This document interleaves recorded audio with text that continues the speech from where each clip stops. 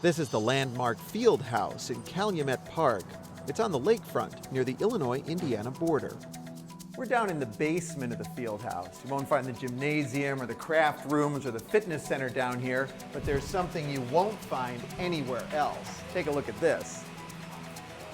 This is the only Park District building with a mountain range, a small city, and dozens of trains in the basement. This meticulously detailed model railroad has been a work in progress for more than 60 years. It belongs to the Lakeshore Model Railroad Association. The club was formed way back in 1946 by 12 returning World War II veterans. This amazing model railroad is just one of many things we hadn't found yet when we made our first Hidden Chicago special in 2007. In this program, we'll show you some of our newest discoveries. Like America's first movie palace, it's now a West Side church. And this storage warehouse in Lincoln Park inscribed with actual Egyptian hieroglyphics. We'll visit an enclave of beautiful prairie-style homes on the south side and other hidden neighborhoods, and discover Chicago utopias, including George Pullman's Paradise Lost, and a North Shore community where police carried Bibles in their holsters instead of guns. Did you know the Oscar statuette is made in Chicago and the fire pole was invented here? You'll learn about all kinds of American icons that come from Chicago. We'll search out Chicago Park District treasures and go subterranean to see Chicago's eerie abandoned freight tunnels, the pumps under Buckingham Fountain, and bedrock in deep tunnel 30 stories underground. I'm Geoffrey Baer. Join me for another edition of Hidden Chicago.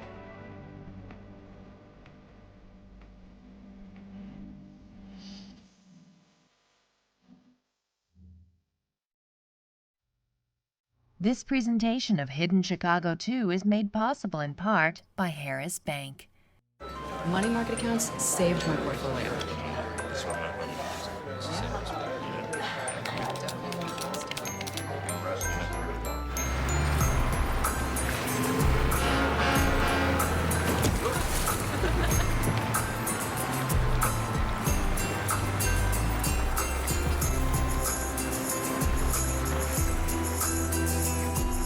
How can we help you? Stop by or go to harrisbankhelps.com. Generous support is also provided by the Joseph and Bessie Feinberg Foundation, the Walter E. Heller Foundation in memory of Alice DaCosta, with additional support from the Harriet K. Bernstein and Gand family, Ken Norgan, Judy and John McCarter, Peter Kelleher Jr. and Diane Kelleher, and the Chicago Sun-Times.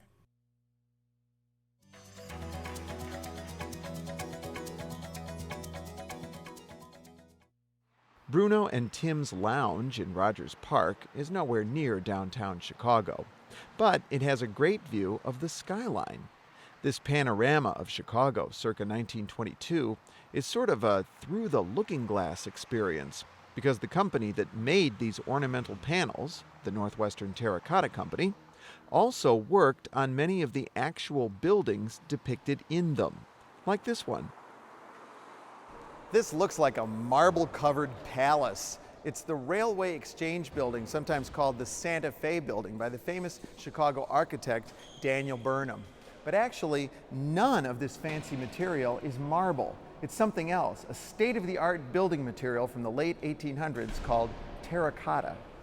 Terracotta is molded clay, baked at high temperatures, and often finished in colored glaze.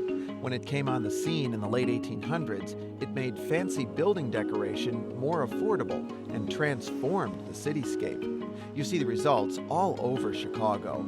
Car repair shops and small storefronts are decorated in beautiful and fanciful ornament that was once reserved only for rich building owners who could afford to hire skilled stone carvers. This building in Hyde Park was originally the Ritz Garage, built in 1929. The owners went overboard, glorifying the automobile in the building's ornament. The AIA Guide to Chicago calls it a paean to the glamour of the roadster. Affordable Terracotta gave a Chinese group called the Onliang Tong a chance to create an exuberant expression of Chinese culture for their Merchants Association building, now called Pui Tak Center in Chinatown. The architects were Scandinavian Americans. Apparently, there were no architects of Chinese ancestry licensed in Illinois when the building was commissioned in 1928. In the great tradition of architectural ornament, terracotta gives architects a chance to express a little sense of humor. For example, architect William LeBaron Jenney expected a lot of gawkers when he built the world's tallest building in 1891, the 16-story Manhattan Building on Dearborn Street. So, when people looked up at the building, these ghoulish faces looked back down at them. Just half a block to the north, the Fisher Building is encrusted with sea creatures, a play on words, of course. So Lucius Fisher is the developer of the Fisher Building. D.H. Burnham and Company is hired to design that building. So Burnham's having fun with his name. So we see sea creatures and babies riding sea monsters and starfish. It looks lightweight, right? It does, if you look at it. Back at the Santa Fe Building, I got a crash course in terracotta from the Chicago Architecture Foundation's Jen Mason garb. So oh my God, look at that. This is terracotta, right? So it's hollow in the back, so it's lighter than stone. I could never pick up a piece of stone this heavy, right? And then it's got these holes to provide for the hooks that's going to hang it on the skeleton frame of the building. So where'd you get this from? So it's right around the corner here. Right? So oh, look at that. So this is this piece here. Okay. So what looks to be really thin is actually, here, try it. Holy, you're strong. Terracotta is also fireproof, which made it especially popular after the Great Fire of 1871. Chicago's became an incredible center of terracotta production in the 1870s. We've got natural clay deposits in the ground. Anybody who has a garden in Chicago knows you dig down, you hit clay. We're also geographically important as far as where we're located in the country to ship to, rail and water, et cetera, connections. And there were 4 major companies in Chicago. Those 4 companies provided terracotta for many of the buildings in the Loop and throughout the region. Executives of Northwestern Terracotta Company used their own homes to showcase their product on a block of Oakdale Avenue in the Lakeview neighborhood. The company's vice president, Henry Rokem, built this house in 1887. We don't know if the woman at the spinning wheel was someone in the family or not, but it certainly shows the skill of Northwestern Terracotta craftsmen. Northwestern Terracotta Company really got a chance to strut its stuff on the Laramie State Bank, built in 1928 in the South Austin neighborhood on Chicago's west side. The building is encrusted with symbols of hard work, wealth, and thrift, including coins, squirrels, and busy bees. Of course, architectural ornament can also be used as an ego trip. These aren't just any faces hidden in the terracotta and stone ornament on Tree Studios. They're the likenesses of Judge Lambert Tree and his wife Anna. Lambert Tree was a circuit court judge, diplomat, and patron of the arts. He commissioned this studio building on State Street between Ohio and Ontario in 1894 and offered cheap rents to entice artists to live and work in Chicago. Even the chimney sends a message. The brothers, who owned Reeby Storage on Clark Street in Lincoln Park, had their own faces superimposed on these 2 statues of the Egyptian god Ramses II. It was part of the building's overall Egyptian motif, designed to capitalize on the Egyptomania craze that swept the country after King Tut's tomb was unearthed in 1922. They even had a slogan, right? They do. Their famous slogan, if old King Tut were alive today, he'd store his goods the Reeby way. Yeah. There are actual messages in the hieroglyphics, according to the AIA Guide to Chicago. The left one says, "Forever I work for all of your regions in daylight and darkness." The one on the right is a little more prosaic. It reads, "I give protection to your furniture." One of the people who rushed to explore King Tut's tomb was the famed Egyptologist James Henry Breasted, founder of the University of Chicago's Oriental Institute. Breasted personally supervised the design of this ornamental panel called a tympanum above the entrance to the building, which opened in 1931. It shows an Egyptian scribe passing Eastern knowledge to Western man.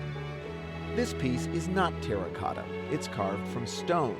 There are plenty of other examples of stone ornament in Chicago, like these astonishing Egyptian friezes on the Hotel Intercontinental on North Michigan Avenue. Right across the street on the McGraw-Hill building from 1929 is a veritable gallery of carved stone works by sculptor Gwen Lux. On the soaring Chicago Board of Trade building at LaSalle and Jackson, a trader and Native American exchange goods.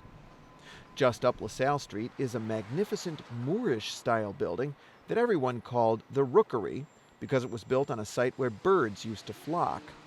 Architects Daniel Burnham and John Welburn Root put these ornamental crows, or rooks, in the entrance arch as a nod to the nickname. Even public utilities got into the act. This Art Deco-style ComEd substation on Dearborn Street was designed by architects Holabird and Root in 1931. The age of ornament ended with the onset of the Great Depression as new building construction ground to a halt.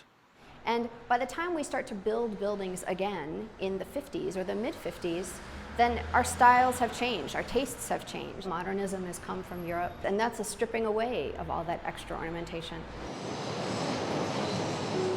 Today, you can read the history of a neighborhood in its historic ornament. For example, parts of Uptown on Chicago's North Side look pretty run down, but the profusion of terracotta ornament here reminds us that this was once a vibrant shopping and entertainment district. You'll also find an amazing number of terracotta-encrusted buildings in the far northern suburb of Crystal Lake. That's because this small town was the home of one of the biggest terracotta manufacturers, American Terracotta. On the grounds of American Terracotta's old factory, a treasure trove of relics from the lost era of ornament was discovered in 1988. Thousands of old molds had been discarded in a field, and a forest grew up around them. 3 cousins from the Chicago area stumbled across them and got permission to truck them away. One of those men, Jeff Rausch, took many of the molds to New Hampshire. There, he started relearning this lost art and selling newly made terracotta pieces. These days, it's rare indeed to see much architectural ornament on a new building. One notable exception is the Harold Washington Library from 1991. Architects Hammond B.B. Babka are looking at historic skyscrapers, historic structures in Chicago, and classical architecture, and borrowing bits and pieces from it. Borrowing, that is, in a playful, postmodern way. There's the puffy-cheeked Windy City Man blowing air, garlands of Midwestern corn, and a figure with a corn necklace. The most dramatic figures are these owls, holding books and scrolls in their talons. It's almost like the designers believed they were giving architectural ornament one last hurrah, and so they decided to make it both literally and figuratively over the top.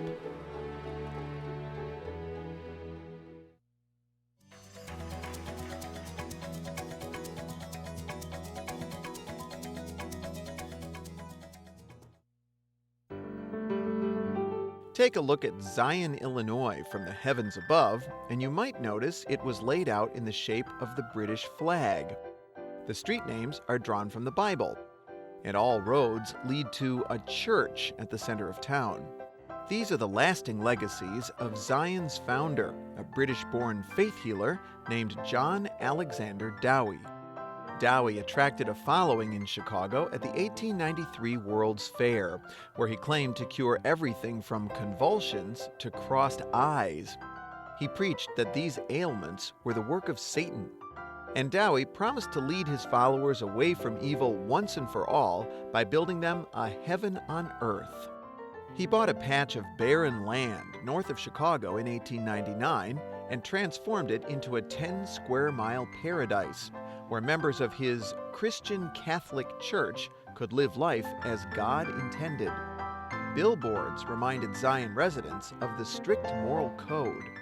Ladies had to wear skirts. There was no spitting on the sidewalks. There was no alcohol consumption. One of the laws was that you could not give tobacco products to a domesticated animal.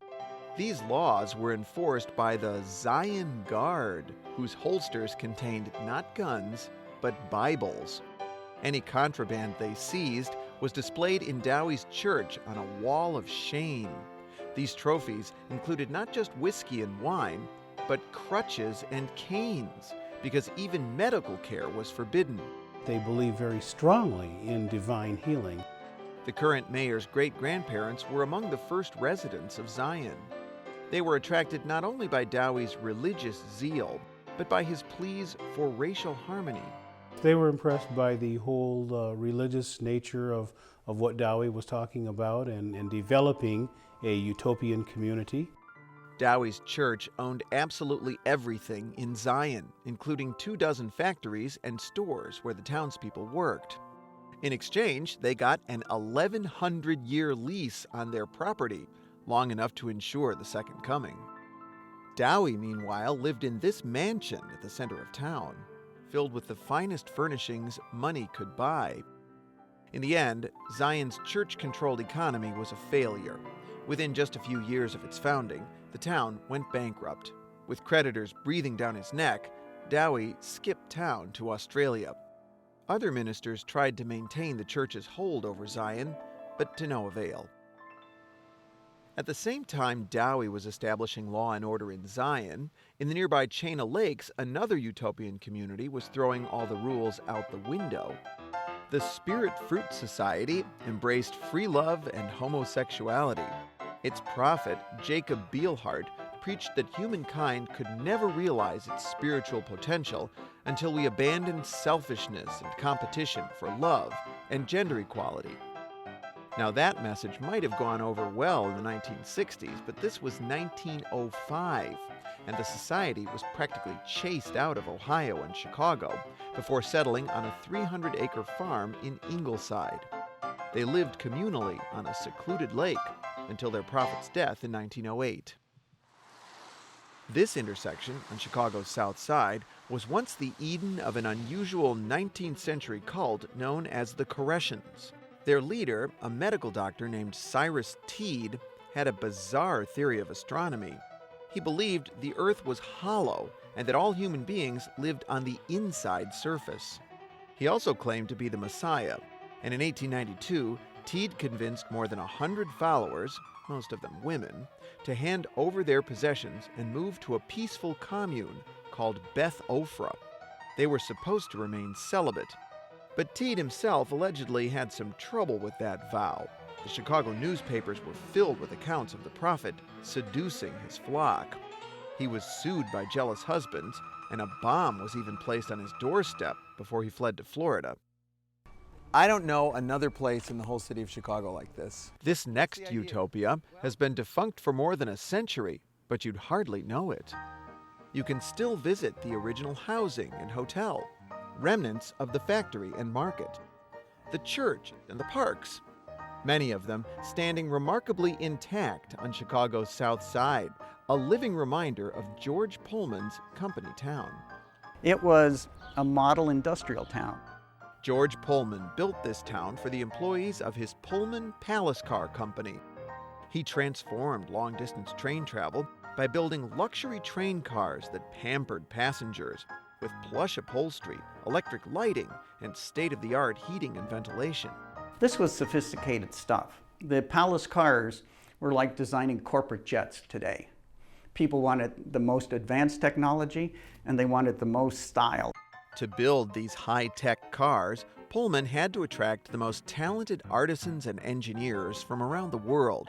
So in 1880, he built a model town south of Chicago that was as innovative and attractive as his rail cars.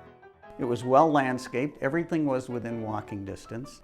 They collected the garbage. There were beautiful flowers all over the place. This was envisioned as an antidote to the crowded slums where most American workers lived. Pullman's solid brick homes featured gas and indoor plumbing. Architect Solon S. Beeman designed English-style row houses for the workers and stately mansions for the residents of Executive Row. All right, this was a typical parlor in the executive row. Front parlor, music room to the rear. There was a formal dining room and a kitchen. On the second floor, there's a master bedroom with a fireplace in it. Life in Pullman may have seemed ideal, but George Pullman wasn't motivated solely by idealism. Ever the capitalist, he hoped his model town would inspire workers to be sober and loyal to the company, and that it would dissuade them from joining a union. The idea was that you put people in a good environment, and they're going to be more productive workers and produce better products. George Pullman stopped at nothing to control the character of his town. He selected the plays that ran in the theater and the books lent by the library. He chose the form of worship at the church and the stores where residents shopped. The only place that served alcohol was the Hotel Florence, but only to visitors, not workers. And the businesses and homes were rented out, not sold. This town was an investment for George Pullman, and he expected a 6% return. Pullman took stockholders' money, invested it in the town, and they designed it and managed it to produce a profit. But Pullman ran up against something he couldn't control, the economic depression of 1893. As demand for his rail cars plummeted, he cut workers' wages by 30% without reducing their rent. On May 11, 1894, his workers walked out on strike. Violence erupted, and at least 34 were killed. The strike was eventually broken, but in the aftermath, the Supreme Court ordered the company to sell off the homes, and the company town was no more. You have living quarters around here, and then, what is this, a market hall? Efforts to restore parts of the town have stalled, but George Pullman's 130-year-old vision of a walkable, mixed-income community is remarkably similar to modern-day notions about urban planning, and it still functions today. It survives, and it provides a very diverse community. It's as diverse as the city of Chicago. Residents hope to see Pullman fully restored as a utopia for a whole new urban generation.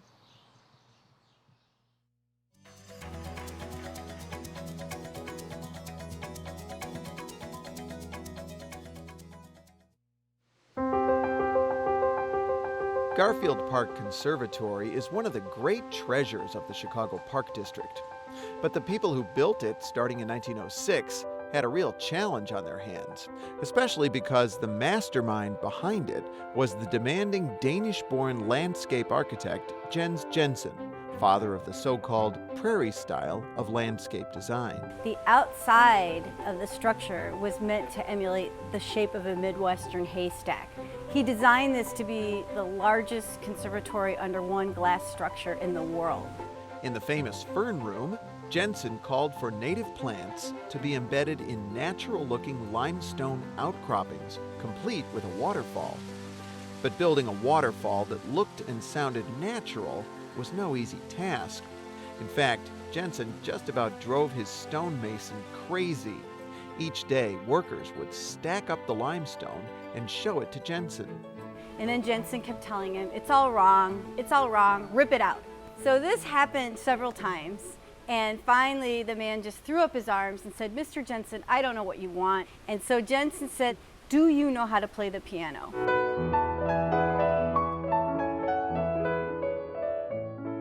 And the man looked at him like he was nuts. And he said, no, I can't play the piano. And then the man said, well, I have a neighbor named Minna. She can play the piano.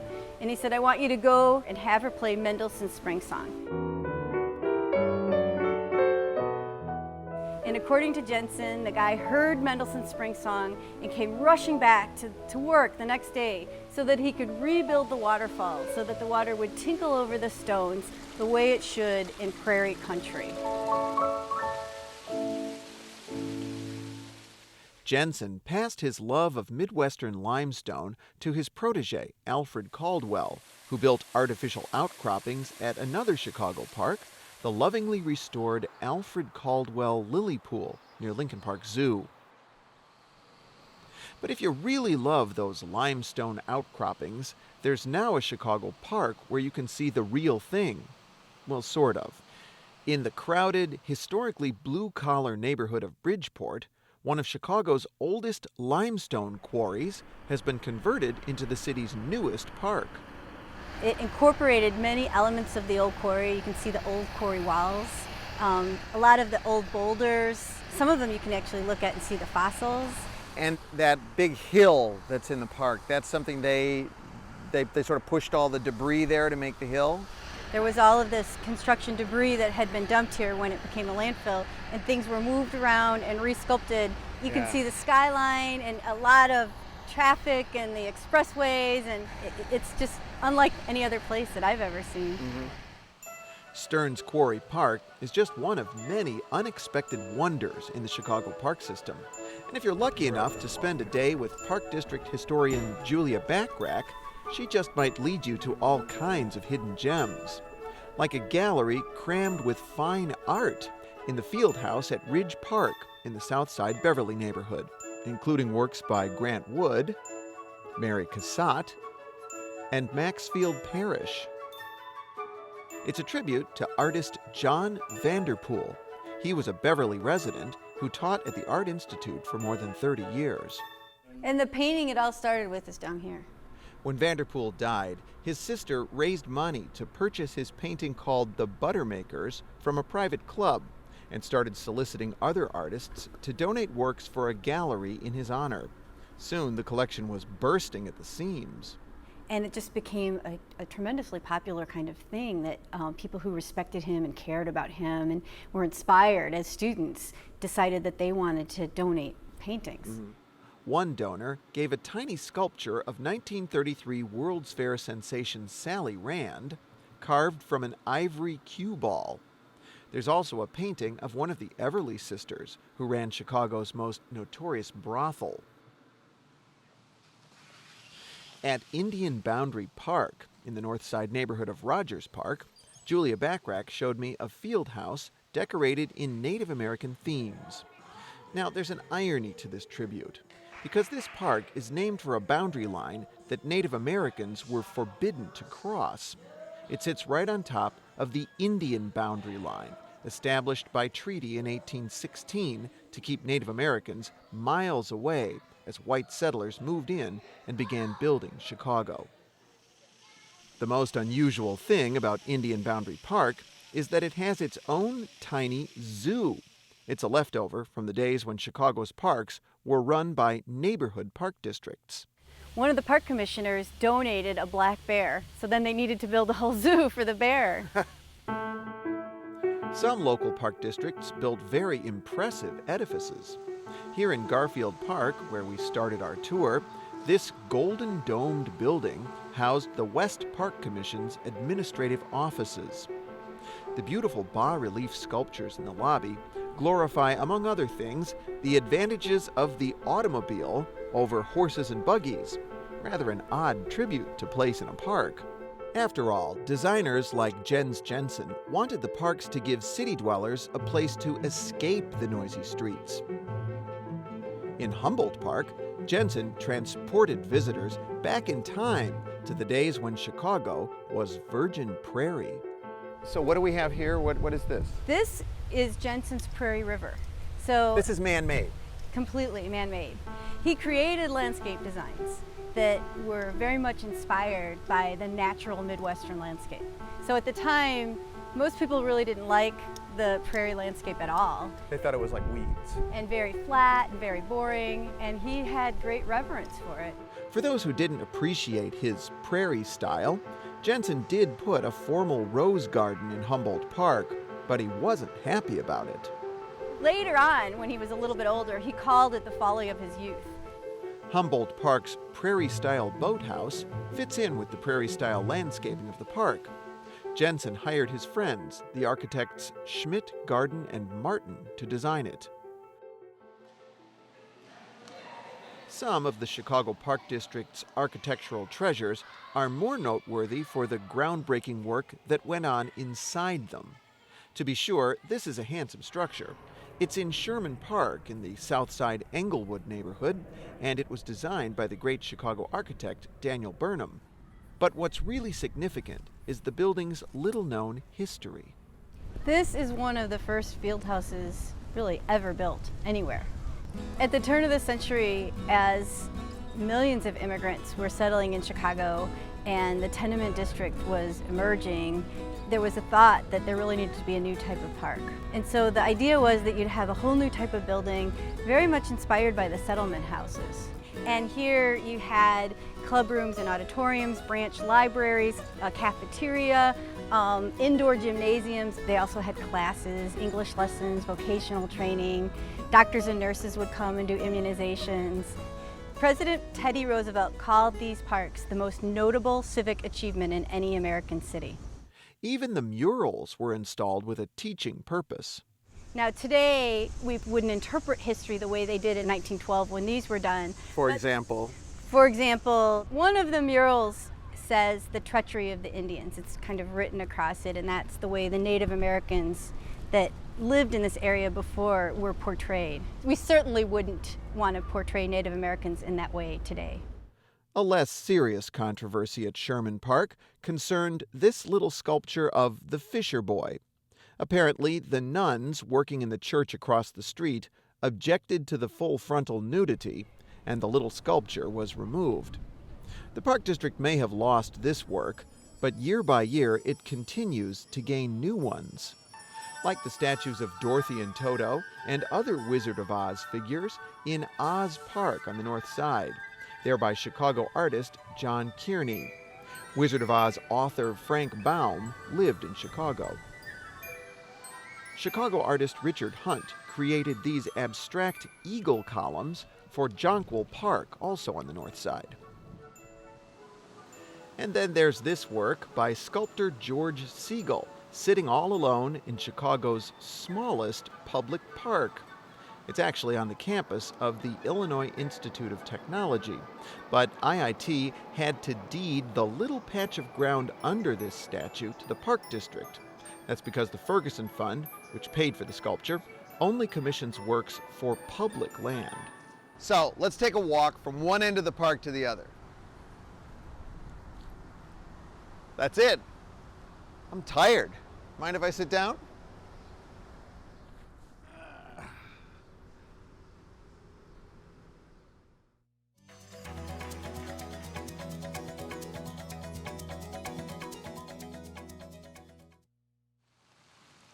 Just when you think you know this city, you stumble on a place that makes you say, This is totally amazing. take the Auburn Park neighborhood. Hidden behind a CTA bus barn in an impoverished area of the south side, it has a lagoon running right down the middle of the street. Chicago is on a grid, and it's relentless until you get to this spot. The grid falls away. You find not only these two curved streets, but you find a lake right in the middle of it. When real estate developers started building Auburn Park in the 1870s, they first had to drain a vast marsh that covered this area. The lagoon is a remnant of that marsh, which they preserved to help attract buyers. Auburn Park was originally a middle-class commuter suburb, but it fell on hard times, beginning in the Great Depression, and the lagoon fell into disrepair. And as time went on, then the lagoon went into decline, the neighborhood went along with it. There was a sense, though, that if the lagoon could be brought back, then good things could happen around it. In the 1990s, the city spent millions to restore the waterway. And sure enough, families started to rediscover this unique South Side neighborhood set on a lagoon. So it really becomes a center of the community, much in the way it had been envisioned 110, 20 years ago. Nearby on King Drive is a row of unusually tiny homes with exceptionally large front yards. They're called garlows because they're garage-sized bungalows. More than 30 of these 500-square-foot homes were built here in the 1920s to help fill an affordable housing shortage. The idea was that a young family could use their garlow as a tiny bungalow.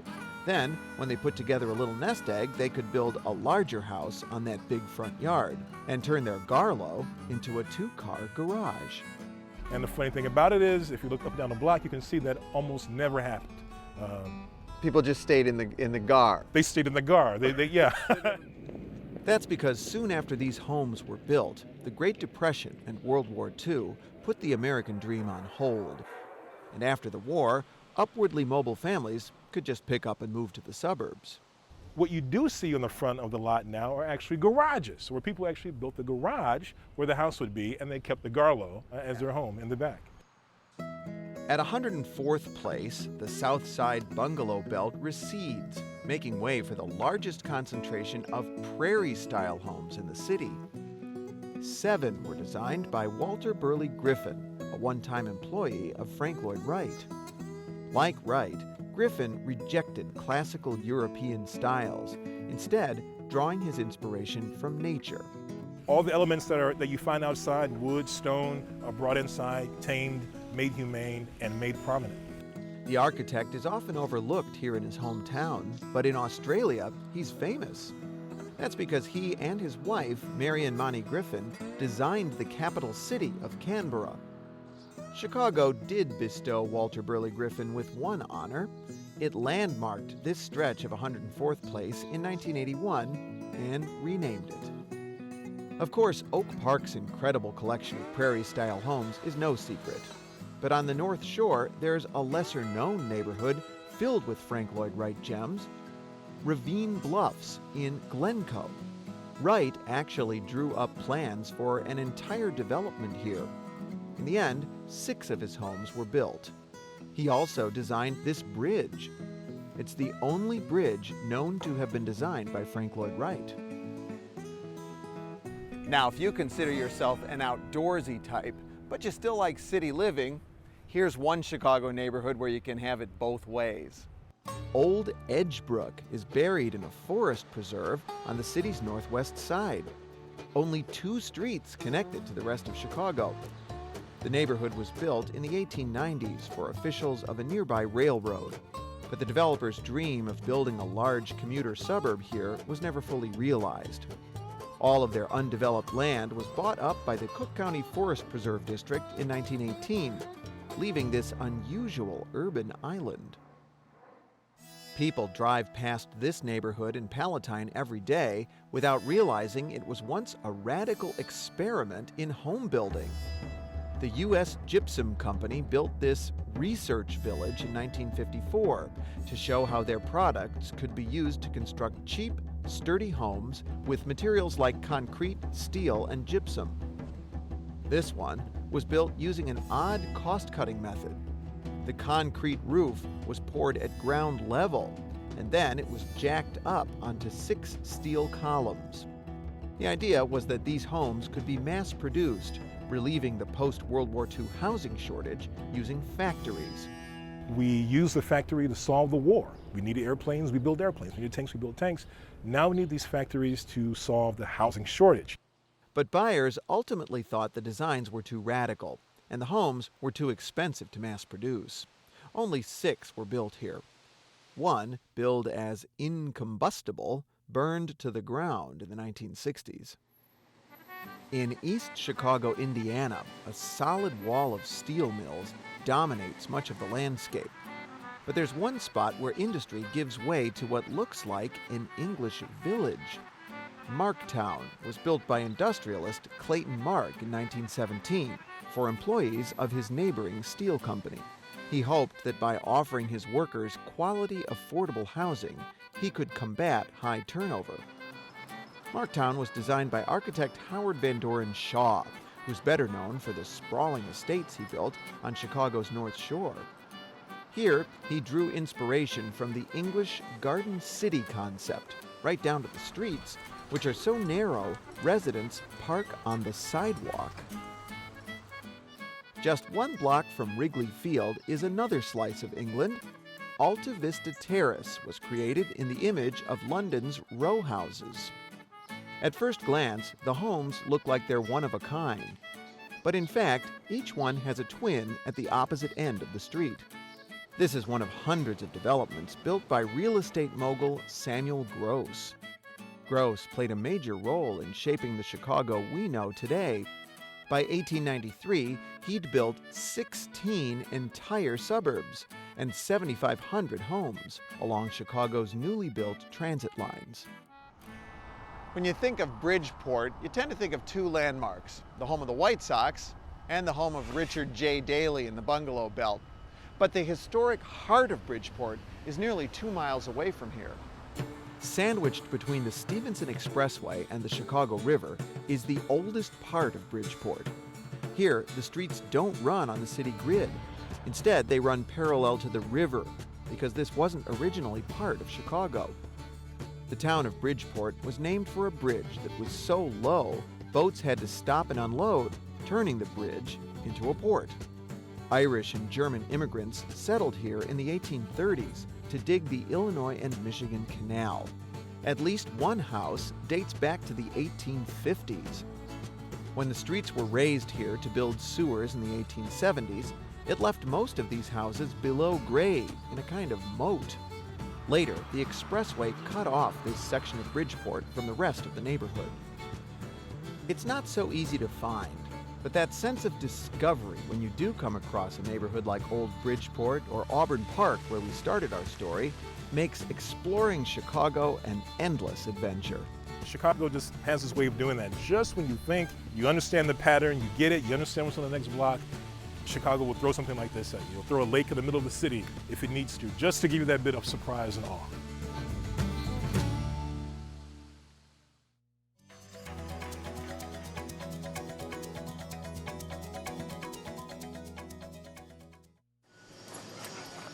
Oh, the things I do for my job. I'm not so sure about this. I'm putting on all this safety gear Ooh, that's comfortable. so that I can be lifted up by a crane and lowered straight down a 350-foot-long shaft in something called a man basket. Wait, a what? A man basket. It's easy, no problem. A man basket? Yeah. That's a man basket. That looks like a ticket booth. Why am I doing this? Well, to tell the story of what's under Chicago, I thought I'd start at the very bottom, Deep Tunnel. Just forget about the fact that it's just one cable holding us. And it's 300 feet straight down, right? This $3.5 billion system helps to control flooding and water pollution all over our region. Oh my God! That's a long way down there. So long!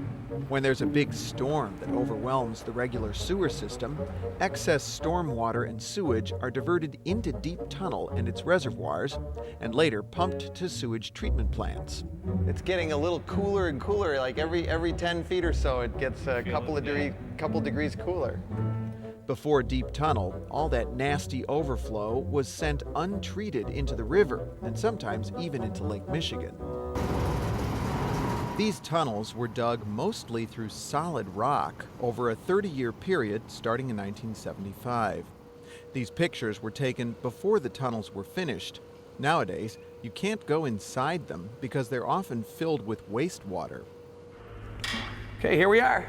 So instead, my guide, Paul Wysocki of the Metropolitan Water Reclamation District, has taken me into this valve chamber adjacent to the tunnel near the Calumet River on Chicago's south side. Deep Tunnel's right on the other side of this Right wall. on the other side of that wall, you got a 21-foot diameter tunnel. This chamber was built for emergencies. It contains automatic shutoff valves that prevent flooding in a nearby underground pumping station. Elevator going up. That's the next stop on our tour. To get there, Paul takes me back up top to a different shaft where we descend again, this time in an elevator.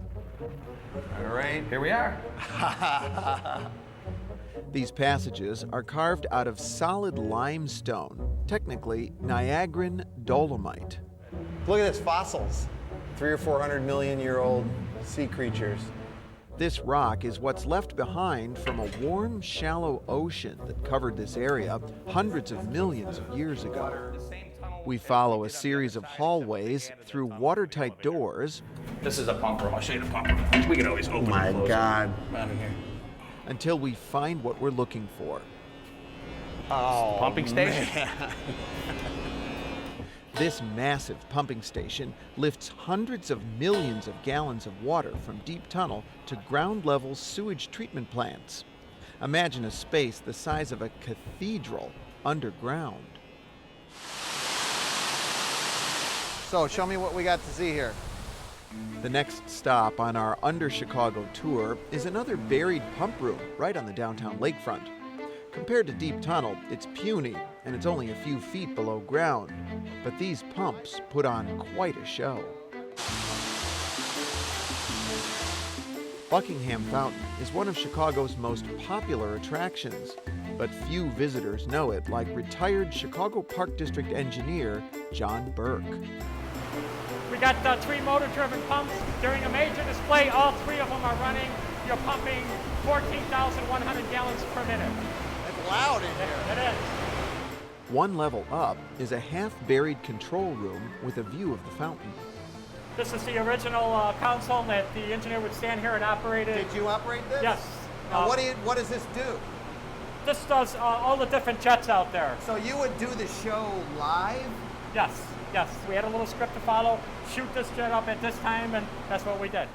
Today, the show is automated and the valves are electronically controlled, but John let me choreograph a little water ballet. Here. Yep, just put it off. Off. And this will close. There you go. Buckingham Fountain is filled with 1.5 million gallons of water, and every drop of that water, along with the water in many of our homes, comes from Lake Michigan via another amazing tunnel system. Maybe you've noticed these water intake cribs out on the lake. Each one marks the receiving end of a tunnel buried under the lake bottom that supplies the city with water.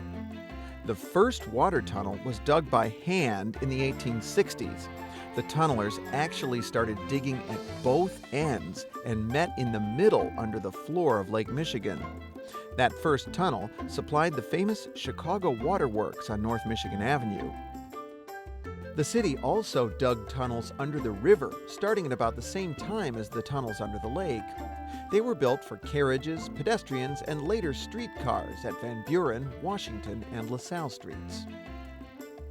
Just months after the LaSalle Street tunnel was finished, it saved the lives of many people fleeing the Chicago fire after bridges across the river burned. The tunnels are blocked off today. This entrance on LaSalle Street is now used for underground parking. Not long after the Great Fire, Chicago became the birthplace of the skyscraper.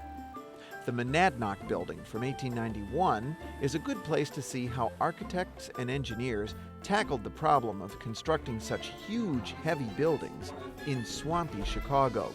They essentially floated their buildings on something called spread foundations. I like to think of it as a snowshoe. You're building a very heavy building on mucky, mushy soil. How do you support it? By putting it on as broad a foundation as you possibly can. The one thing that's unique about these buildings, they know that when you start adding weight to spread foundations, they're going to sink.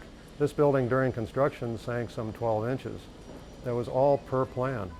Chicago's newest skyscrapers are just too heavy for spread foundations. They're supported on caissons, which are like giant concrete stilts extending down 60 feet to hard clay, or for the heaviest buildings, about 100 feet down to the solid bedrock we saw earlier at Deep Tunnel. These caissons were supposed to support the tallest building in the Western Hemisphere, the Spire by architect Santiago Calatrava. But with the real estate slump, the project is on hold, and the only finished part of this soaring structure is underground. Some parts of underground Chicago are familiar to all of us, like the subways. The city opened its first subway on State Street in 1943. And the pedways, essentially subterranean sidewalks connecting many loop buildings. We all appreciate that in the wintertime. But have you ever heard about mysterious tunnels under Ford City Mall on Chicago's southwest side? Frankly, I was skeptical. But it turns out the stories are true. A huge tunnel system extends for more than a mile under the building. Part of Sears is right above us, and the further down you go, it'll be Old Navy, and until you get to the end where Marshall's is. These long hallways are left over from the days when this mall was one of the world's largest defense plants, operated by Dodge Motor Company and designed by the famous industrial architect Albert Kahn. It started out as the factory for the B-29 engine. They built it in 1943, and they started building the B-29 engines for the Pacific, the war in the Pacific. There's a popular myth that these tunnels extended all the way to nearby Midway Airport to deliver war materiel in secret. That's not true. But the tunnels do go to these eerie, abandoned test cells on the edge of the property, where finished engines were fired up before being sent into action. Of course, the story of underground Chicago isn't only about infrastructure. One of the city's most famous restaurants is also beneath the streets. Cheeseburger, cheeseburger, cheeseburger, cheeseburger, cheeseburger. No fries, chips, and no Pepsi Coke. The Billy Goat was made famous by John Belushi and Dan Aykroyd in this iconic Saturday Night Live sketch.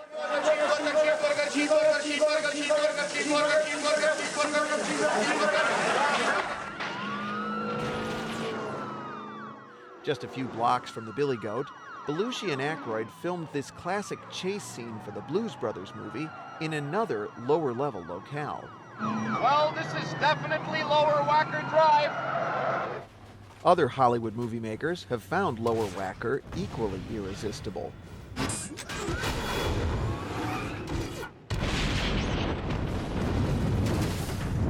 This probably wasn't what architect Daniel Burnham had in mind when he envisioned Lower Wacker Drive in his 1909 plan of Chicago. It was designed to keep unsightly commercial traffic off of city streets. A much, much bigger system built to fight street-level congestion is infamous today, the freight tunnels. Under practically every street in the loop and a little beyond is a single-track tunnel. This system is huge. Originally, it was about 62 miles in length. It was all hand-dug. It was a major civil engineering achievement for its time. The tunnels were abandoned in 1959 and all but forgotten until April 13, 1992, when a tunnel under the river that had been damaged by a pile-driving crew gave way and water started pouring into basements all over the loop. The cleanup took months and cost millions. Today, the tunnels are off-limits to all but authorized maintenance crews. But we found one loop basement where we could at least take a peek behind a watertight door installed after the flood. Oh, man. And you always get the wind. It's kind of that damp, musty smell. The tunnels were primarily used to handle merchandise long before FedEx and the tunnel company trains would pick up the parcels and deliver them to department stores. A big commodity was also heating coal. And then, of course, once you burn the coal, you have ashes left, and they had a service where they carted the ashes away to a landfill. The Illinois Telephone and Telegraph Company started digging the tunnels in 1899.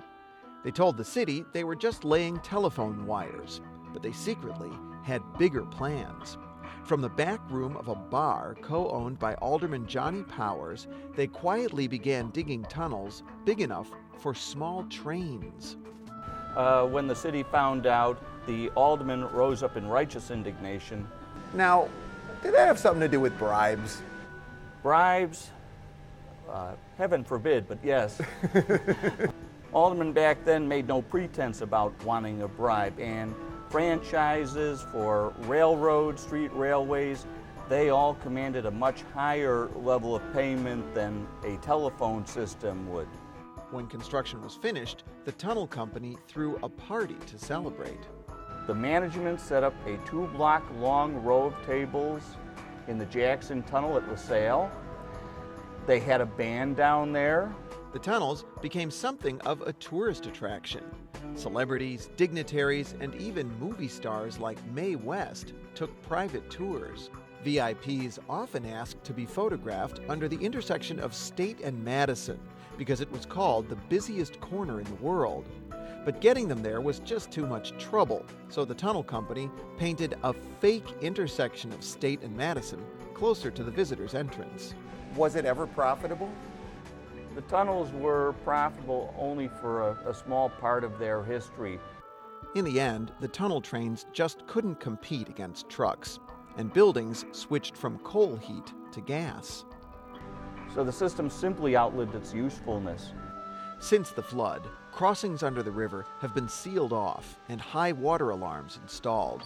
Parts of the tunnels now carry utilities and fiber optic lines, but for the most part, this piece of Chicago's underground is locked up tight.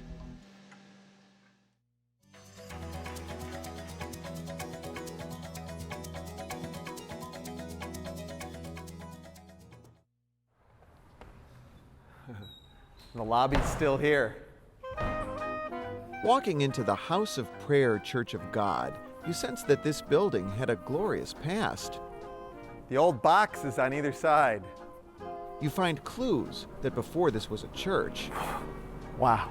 Back in the days of silent film, and before this West Side neighborhood fell on hard times, this was Chicago's first movie palace, the Central Park Theater. When you walked into the Central Park, you walked into a large space with double staircases coming down and draperies and hangings and statuary and paintings, and you immediately knew that you had arrived somewhere special. The Central Park Theater was built in 1917 by the Chicagoans who would become the masters of the movie palace, Balaban and Katz. The duo previously owned a few of the primitive storefront movie houses known as Nickelodeons. These were simple, cramped rooms where patrons could see a silent film for a nickel. The Nickelodeons were working class, blue collar. They were not places where women would go. So Balaban and Katz knew that if they blitzed things up and created a palace, that they would get a bigger audience. The Central Park Theater was the world's first mechanically air-conditioned theater. In an era when many theaters had to shut down during the hot summer months, families could come here to cool off and enjoy a silent film and a live stage show. It was on this stage that jazz legend Benny Goodman made his professional debut. And the biggest surprise here is what's above this false ceiling. Hiding up here is the original balcony. There's the old projection booth right up there. And that's the organ loft, where the organ pipes would have been. And up above is the spectacular domed ceiling. It was once covered with hand-painted murals illuminated by a rainbow of brightly colored stage lights. This theater was a hit, and Balaban and Katz set out to bring the movie palace experience to other Chicago neighborhoods. On the north side, they built the Riviera. On the south side, the now demolished Tivoli. And downtown, their flagship theater, the Chicago.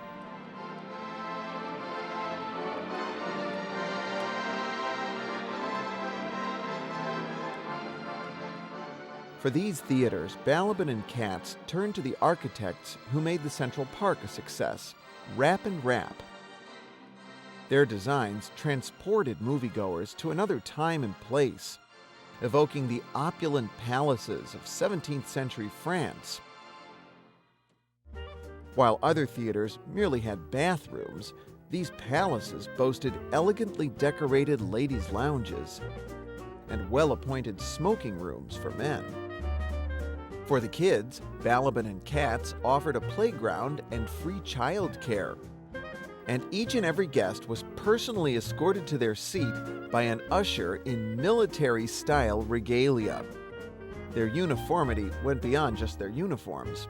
Ushers had to be white males, 5 feet 7 inches tall, and 125 to 145 pounds. The ushers were a highly disciplined workforce here. They were picked from universities or colleges. They were considered men of good breeding. And then there was the show itself. For 50 cents or less, audiences were treated to a 2.5-hour extravaganza.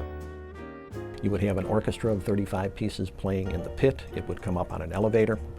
You would have the organist play a 6 or 8 minute spotlight solo. You would have a newsreel, and then you would have a 20 or 25 minute stage show. After that, you'd see a movie, which in those days was only 60 to 75 minutes long. By the mid-20s, the Balaban and Katz formula was being copied across the country. In the city of Chicago alone, there were more than 350 theaters, many of which remain, like the Oriental Theater, which is now used for stage productions. This was the second downtown movie palace built by Balaban and Katz. In the 1920s, there were 10 theaters within 1 block of here. In Logan Square is the 2,900-seat Congress Theater. This movie palace was bought by Balaban and Katz in 1929. It's now a live music venue, but the original interior is remarkably intact. The Rialto Square in Joliet was built by the Rubens brothers, one of many companies to emulate Balaban and Katz. They even hired architects Rapp and Rapp. They based parts of their design on Rome's Pantheon and the Palace of Versailles near Paris. And on Chicago's south side, the Middle Eastern-style Regal Theater is now used for concerts. This was originally called the Avalon when it was built in 1927. Architect John Eberson said he drew his inspiration from a Persian incense burner that he found in an antique market. All of these theaters were impressive, but the grandest of them all was Balaban and Katz's Uptown Theater. It was built to the tune of $4 million, a stunning sum in 1925. No expense was spared, from the $30,000 bronze chandeliers to the nearly 100 oil paintings that graced the walls to the $50,000 worth of plush carpeting and drapes. But most remarkable was the Uptown's size, 4,300 seats. It's said to be the second largest movie palace in America after Radio City Music Hall in New York. The auditorium has about 9 stories of space in it. It's just a vast, vast room. And yet, 85 years after it was built, the massive theater is empty and decaying. The Uptown was initially a success. As many as 56,000 customers walked through its doors in a given week. Then came the Great Depression. The public couldn't afford to visit movie palaces, and theater owners couldn't afford the top-notch service and elaborate stage shows.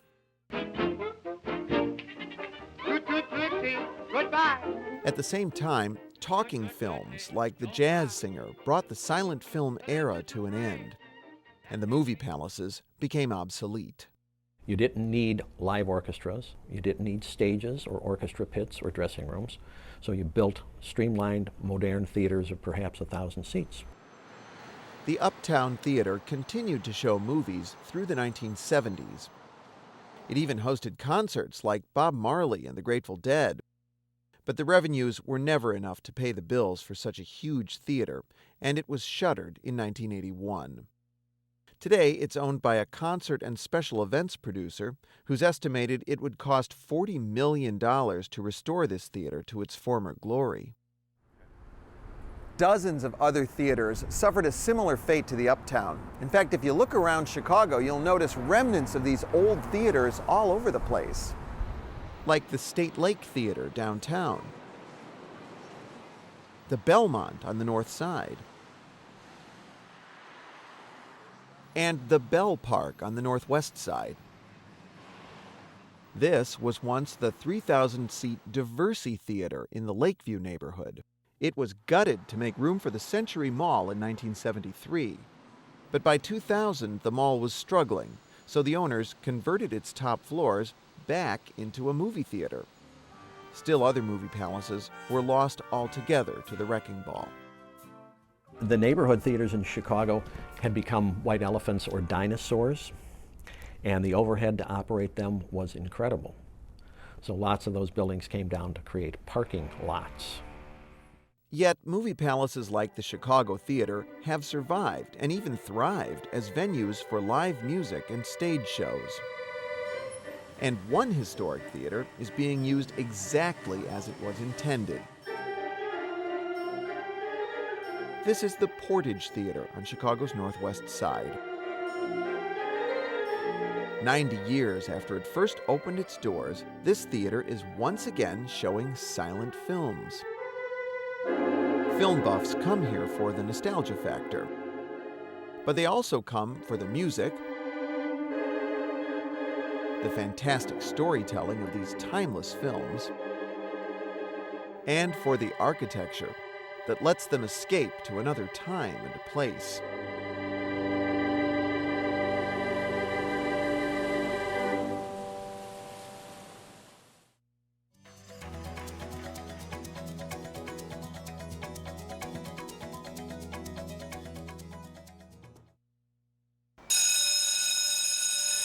When the alarm sounds in a fire station, there's not a second to lose.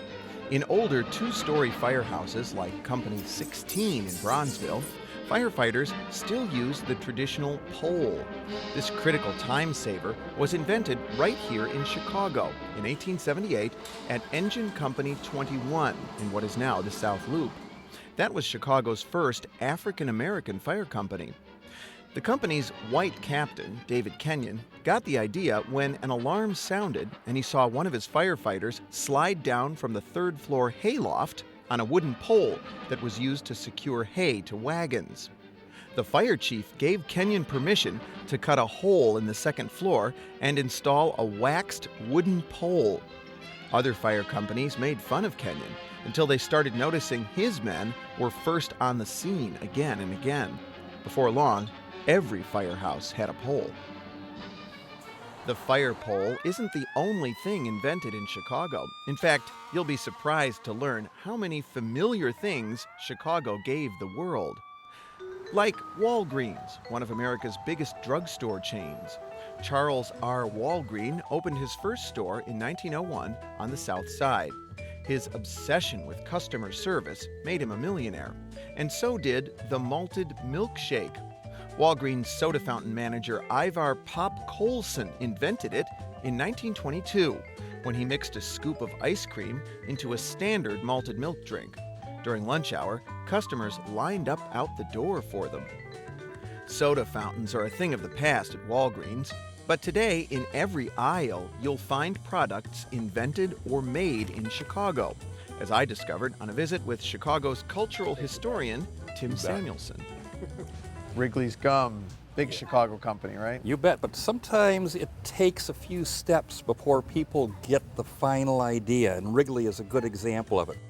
William Wrigley started out selling scouring soap and giving away free packets of baking powder with every purchase. And it turned out the baking powder was more popular than the soap, so he starts to sell baking powder, and what's the premium now? Puts a couple of sticks of gum on it that he purchased. And now the gum is more popular than the baking soda. And then he decides not only is he going to sell gum, but he's going to make gum. Wrigley was also a genius at advertising his products. He said his gum was good for your teeth and would settle your stomach after a big meal. Also things if you're riding in your automobile and you get thirsty, all you have to do is pull out a stick of chewing gum and keep on driving. Tootsie Rolls weren't invented in Chicago, but since the 1960s, they've been cranking them out here in this factory near Ford City Mall. Oh, I got 3. Look at that. Oh, they're warm. Did I say cranking them out? That's an understatement. They make 66 million Tootsie Rolls every day here. Oh, that's great. Like many confectioners, Brock's moved out of Chicago, leaving behind an abandoned factory. Hollywood producers saved the company the trouble of demolishing part of their derelict West Side complex. It was used as the hospital in The Dark Knight, a movie shot in Chicago. The late Heath Ledger was posthumously awarded an Oscar for his role as the Joker in that movie. And like all Oscars, his statue was made in Chicago at a company called R.S. Owens. It takes about 12 man-hours to make an Oscar. It's very much hands-on. As you can see, we have hand casting, hand polishing, plated, copper, nickel, silver, and gold, 24-karat gold plated. So each Oscar has its own individuality. I'd like to thank the Academy, but I can't because I have to give this back. Here you go, Noreen. And what would the movies be without popcorn? Now, popcorn wasn't invented in Chicago, but the thing that put popcorn and the movies together was the popcorn machine. This mechanized, steam-powered contraption was the creation of Charles Cretors. Popcorn before was more almost like something you'd have over a campfire or a fireplace. You'd put it in the fire, they would heat unevenly, half of them would burn, some of them would pop. With the hot oil popcorn maker, it had such a wonderful uniform high heat. It would pop them large, fresh, with very few waste or burned kernels. And you could actually make them very efficiently and just keep them coming. Cretors showcased his new invention to international crowds at the World's Columbian Exposition of 1893 in Chicago. Fairgoers were also introduced to The zipper. Okay. A man named Whitcomb Judson, Chicago in the 1890s, comes up with a mechanical device to fasten your clothes. No more troublesome buttons. Judson was an inventor who seemed to like complex devices. He patented a hopelessly complicated system for powering streetcars with compressed air. Judson's shoe fastener was also much more complicated than a modern-day zipper. For one thing, you had to remove the clasp and turn it around to unzip. He called it a clasp locker. The B.F. Goodrich Company later came up with the name zipper. What else do we have in our cart there, Tim? Well, how about Oscar Mayer wieners? All Or right. how about Oscar Mayer bologna? All right. Oh, I'd love to be an Oscar Mayer wiener. In the German community, there were many people who were masters of sausage. But how to make a good-tasting sausage or bologna that you could package, you could ship long distances to stores, Oscar Mayer was one of the real pioneers in it. Look, little Oscar. And also, they had a great sense of promoting it because people were suspicious of things that were packaged goods, particularly things like fresh meats. Another brand originally from Chicago was Quaker Oats. And the familiar Quaker, whose picture is on the box, was made in Chicago too. The model for him was a Chicago actor named John C. Burns. The artist, also from Chicago, was Haddon Sundblom. They called him Sonny. And it was interesting, he worked as a commercial artist, and he was famous for doing Coca-Cola advertisements, kind of defining the jolly Santa Claus. He also did some of the most gorgeous pictures of bathing beauties and pinup girls you'd ever seen. Sundblom's last commission was this cover of the December 1972 issue of Playboy magazine. Playboy, of course, is another Chicago product. Hugh Hefner created it after he quit as a copywriter for Esquire magazine when they wouldn't give him a $5 raise. Hefner specializes in male fantasies, but there's a female fantasy figure from Chicago too. Lane Tech dropout Johnny Weissmuller landed the role of Tarzan after winning 5 Olympic gold medals for swimming in 1924 and 1928, and then modeling swimsuits for BVD. The movie is based on the book that Edgar Rice Burroughs wrote at his home in Oak Park in 1912. Dick Tracy was created near West Suburban Woodstock.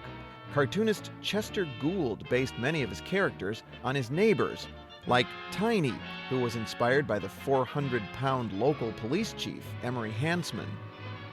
Gould invented Dick Tracy in the heyday of Chicago gangsters. He said, "If the police couldn't catch the gangsters, I'd create a fellow who could." Nowadays, police use science to catch criminals, as we all know from watching shows like CSI. The first crime to be solved CSI style was the St. Valentine's Day Massacre, which happened in Chicago on February 14, 1929. The Scientific Crime Detection Laboratory, arguably America's first independent crime lab, was set up at Northwestern University Law School that year as a base of operations for an East Coast ballistics expert named Calvin Goddard. He was brought here to crack the case. He stayed on for several more years to run the crime lab. The Chicago Police Department bought the lab in 1938. Now, Tim, this isn't just any ordinary kind of envelope. This is a Chicago innovation, right? Yes, the most dreaded piece of stationery ever created. the window envelope. I mean, this, when you get one of these in the mail, it's usually bad news because it's a bill. But you can thank a man in 1902 in Chicago that patented this. Americus Callahan. Great name. The post office made Montgomery Ward a rich man. He more or less invented mail order. Ward's company became a mail order and retail giant that gave the world a tiny reindeer. Rudolph the red-nosed reindeer had a very shiny nose. Rudolph the Red-Nosed Reindeer was written as a Christmas promotion by a young Montgomery Ward's ad writer, Robert L. May, in 1939. It was printed as a booklet that Ward's gave to millions of children during the Christmas shopping season. The familiar song based on the story was written by May's brother-in-law, Johnny Marks, in 1949. Then one foggy Christmas Eve, Gene Autry was the first to record it after other big-name singers turned it down. With Rudolph's help, Santa has delivered plenty of Chicago-made toys over the years, like Tinker Toys, made in Evanston. The story is that the inspiration came from the inventor watching a child playing with a spool from thread and a stick, and that kind of made the aha moment to make this great modular toy. So Lincoln Logs are from Chicago? Sure, it's got a lot of ties to Illinois and Chicago. After all, it's named after Abraham Lincoln, but it also was invented by Frank Lloyd Wright's son, John. No kidding. Oh yeah, this was one of his passions, was designing toys. The list of Chicago creations goes on and on. The first skyscraper at LaSalle and Adams, the game of softball, the first controlled nuclear reaction at the University of Chicago, the first blood bank at Cook County Hospital, the first handheld cellular phone. Motorola's Dynatech was a chick magnet in the 1990s sitcom Saved by the Bell. But we're out of time, so let's end our story with, if not the best Chicago product, certainly the one that's said to be the most indestructible, the Twinkie. One of the great Chicago stories. James Dewar, who worked, starting out as a delivery man for Continental Bakeries, and soon worked his way up, became a plant foreman. He noticed that the strawberry shortcake machine sat idle when strawberries were out of season. So he came up with the idea of filling the cakes with cream and selling them year-round. People know it with this wonderful cream filling inside. It was in my lunchbox many a time. But if you were back in 1933, that would have been banana filling inside. Actually, there was a shortage of bananas during World War II, and so it was changed to a cream filling, and that's been the recipe ever since. This presentation of Hidden Chicago 2 is made possible in part by Harris Bank. Oh, Houston off at the top, honey. Oh, what did you do?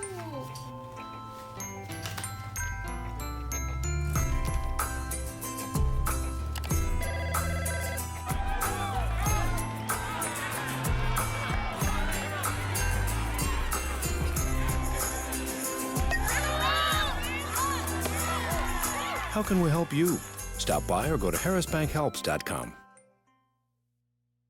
Generous support is also provided by the Joseph and Bessie Feinberg Foundation, the Walter E. Heller Foundation in memory of Alice DaCosta, with additional support from the Harriet K. Bernstein and Gand family, Ken Norgan, Judy and John McCarter, Peter Kelleher Jr. and Diane Kelleher, and the Chicago Sun-Times.